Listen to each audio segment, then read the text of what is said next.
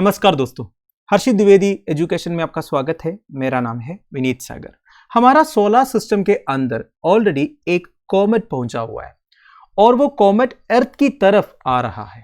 अर्थ के अंदर नहीं आएंगे, अर्थ के एकदम पास में से गुजरते हुए चले जाएंगे। ये कॉमेट का नाम है C/2022 E3 ब्रैकेट में ZTF।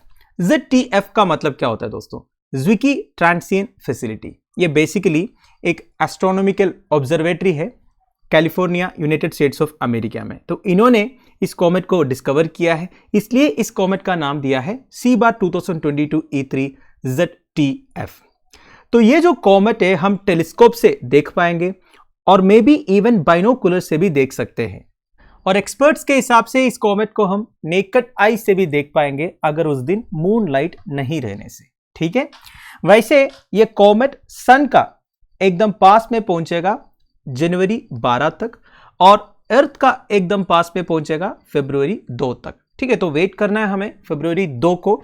अगर उस दिन मूनलाइट कम है तो हम अपना नेकेड आई से इस कॉमेट को देखेंगे। ठीक है, वैसे देखा जाएगा तो comets are typically unpredictable. Comets अपनी ट्रेजेक्टरी कभी कभी चेंज कर देते हैं, पर ये जो कॉमेट है C/2022 E3 ZTF, अगर ये कॉमेट अपनी करंट ट्रेजेक्टरी फॉलो करते हैं तो हम इसे नेकेड आई से देख पाएंगे। अगर गलती से इस कॉमेट ने अपने ट्रेजेक्टरी चेंज किया, कोर्स चेंज किया, तो फिर हम इसे नेकेड आई या बाइनोकुलर से देख नहीं पाएंगे। बड़े बड़े टेलीस्कोप लेके आना होगा देखने के लिए। ठीक है, और ये कहा है नासा का जेट प्रोपल्शन लैबोरेटरी ने। तो अब आपके मन में एक सवाल उठा होगा, what is a comet? Comets are large objects made of dust and ice that orbit the sun. तो sun को orbit करने वाला large objects which are made of dust and ice, इसे आप comets बोल सकते हैं।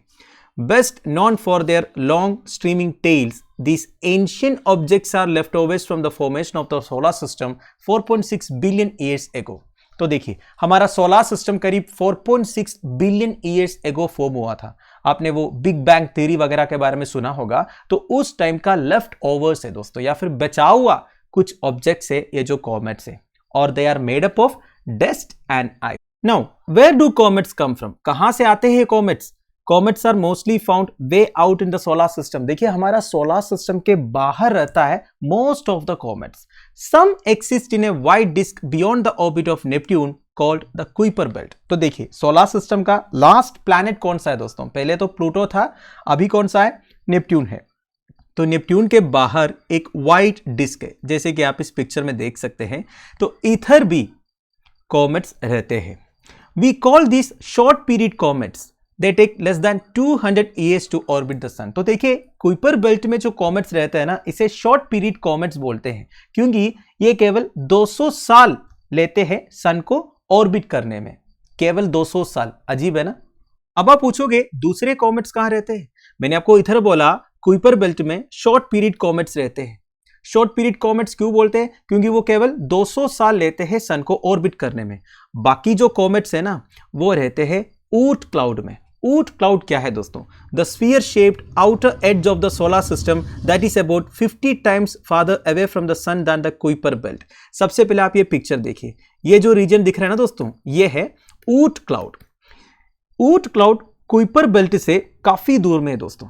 मतलब कुइपर बेल्ट और सन के बीच में जितना डिस्टेंस है ना, उसे 50 गुना ज्यादा डिस्टेंस में है ऊट क्लाउड।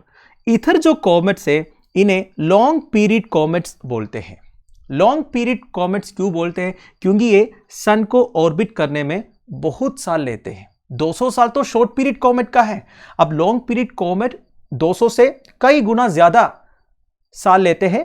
किसके लिए? सन को ऑर्बिट करने के लिए। Now the comet with the longest known orbit takes more than 2,50,000 years to make just one trip around the sun. सोचिए दोस्तों, ऊट क्लाउड में एक कॉमेट जिसका रेवोल्यूशन टाइम है 2,50,000 ईयर्स, ये तो लॉन्गेस्ट नॉन ऑर्बिट है। अननोन इससे भी ज्यादा हो सकता। नाउ कॉमेट्स का इस तरह टेल क्यों रहता है? आपने कॉमेट्स का पिक्चर तो देखा होगा, हर एक कॉमेट का एक टेल रहता है। इसका रीजन क्या है ये भी समझते हैं। देखिए, कॉमेट का जो इनर कोर है ना, इसे न्यूक्लियस बोलते हैं। एक नॉर्मल कॉमेट का इनर कोर का जो डायमीटर है ना, वो करीब 16 किलोमीटर होता है। सोचिए दोस्तों, एक स्मॉल टाउन का साइज जितना एक कॉमेट का न्यूक्लियस है।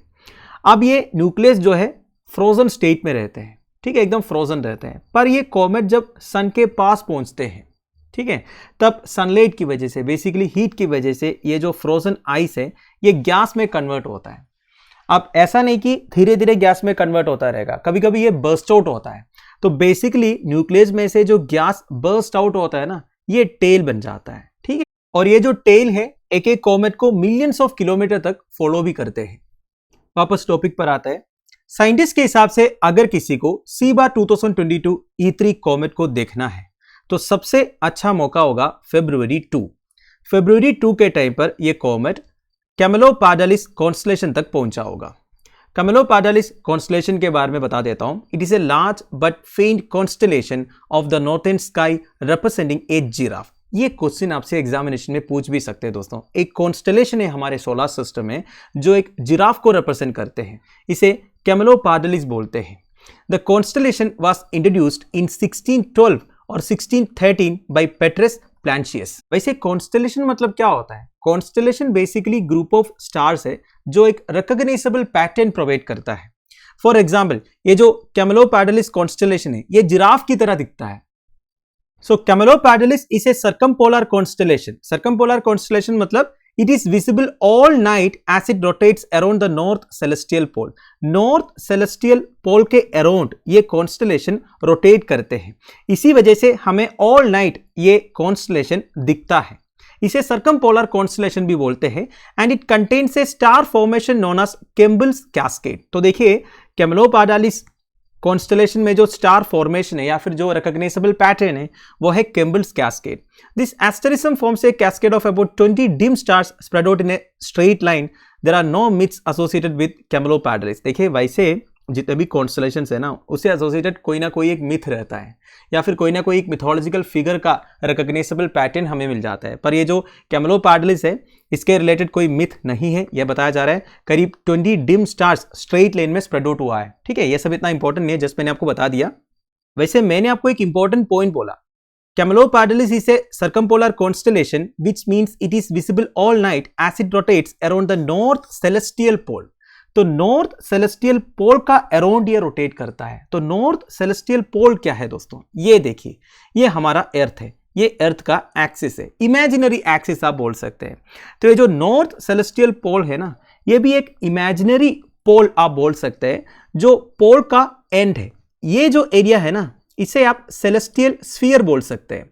सेलेस्टियल स्फीयर माने जब हम आसमान को देखते हैं ना हमें ऐसा लगता है कि सारे जो स्टार्स है वो एक प्लेन में फिक्स किया हुआ है कि नहीं? वैसे ऐसे नहीं है, हर एक स्टार का डिस्टेंस अलग अलग होते हैं, है कि नहीं? पर हमें ऐसा दिखेगा कि आसमान में हर एक स्टार को चिपकाया हुआ है कि नहीं? तो वो जो इमेजिनरी एरिया है ना, ये जो एरिया है कर्व्ड एरिया, इसे आप या फिर स्फेरिकल एरिया, इसे आप सेलेस्टियल स्फीयर बोल सकते हैं। तो सेलेस्टियल स्फीयर तक अगर आप अर्थ का एक्सिस को एक्सटेंड करोगे तो ये जो मीटिंग पॉइंट है ना इसे सेलेस्टियल पोल बोलते हैं। नॉर्थ हैंड साइड में नॉर्थ सेलेस्टियल पोल, साउथ हैंड साइड में साउथ सेलेस्टियल। तो एक्सपर्ट्स के हिसाब से ये जो पर्टिकुलर कॉमेट है सीबा 2022 E3, it could come with in 0.28389 astronomical units of earth surface. तो अर्थ सरफेस का 0.28389 एस्ट्रोनॉमिकल यूनिट डिस्टेंस तक ये कॉमेट आएंगे, इस तरह कह रहा है साइंटिस्ट जो है। वैसे 1 एस्ट्रोनॉमिकल यूनिट क्या है दोस्तों? It is the distance between earth and the sun. ध्यान दीजिएगा, ठीक है। एस्ट्रोनॉमिकल यूनिट मतलब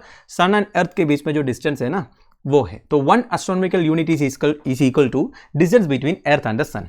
सो this means that the comet could come within 43 million kilometers of Earth। तो देखिए बहुत पास में आ रहा है, ठीक है, 43 मिलियन किलोमीटर्स। देखिए स्पेस के पर्सपेक्टिव में देखोगे ये मिलियन किलोमीटर्स, ट्रिलियन किलोमीटर ये सब कुछ नहीं है, ठीक है। वैसे देखा जाएगा तो स्पेस में एक छोटा सा डॉट है दोस्तों अर्थ, वो अर्थ के अंदर हम सब रहते हैं, है कि नहीं? इसलिए स्पेस स्टडी हमेशा इंटरेस्टिंग है। और एक इंपॉर्टेंट पॉइंट, जब ये कॉमेट अर्थ का एकदम पास में आएगा ना, मतलब 43 मिलियन किलोमीटर्स तक पास में आएगा, तब इस कॉमेट का स्पीड देखिए 57.4 किलोमीटर्स पर सेकेंड, ठीक है। अर्थ के रेस्पेक्ट में 57.4 किलोमीटर्स पर सेकेंड स्पीड में ट्रैवल कर रहा होगा ये कॉमेट जो है, ठीक है।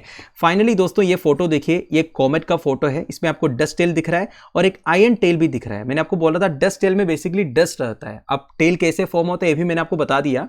आयन टेल मतलब इसमें electrically charged ions and molecules रहता है, ठीक है। और एक पार्ट ऑफ द कॉमेट है comma. Comma basically dust particles है। डस्ट पार्टिकल्स जब एक क्लाउड फॉर्मेशन क्रिएट करते हैं ना, उसे कॉमा बोलते हैं, ठीक है। ये सारे important parts of A comet है, जस्ट फॉर इन्फॉर्मेशन मैंने आपको बता दिया, ठीक है। वैसे हमने काफी कुछ इन्फॉर्मेशन इस पर्टिकुलर न्यूज में डिस्कस किया है जो आपके एग्जामिनेशन पर्सपेक्टिव में इंपॉर्टेंट हो सकता है, ठीक है। आई होप आपको समझ में। तो दोस्तों दैट्स इट। आई होप आपको वीडियो इन्फॉर्मेटिव लगा होगा। लेक्चर की पीडीएफ आपको टेलीग्राम चैनल में मिल जाएगा, जिसका लिंक नीचे डिस्क्रिप्शन बॉक्स में प्रोवाइडेड है। Thank you for watching. Bye bye. Have A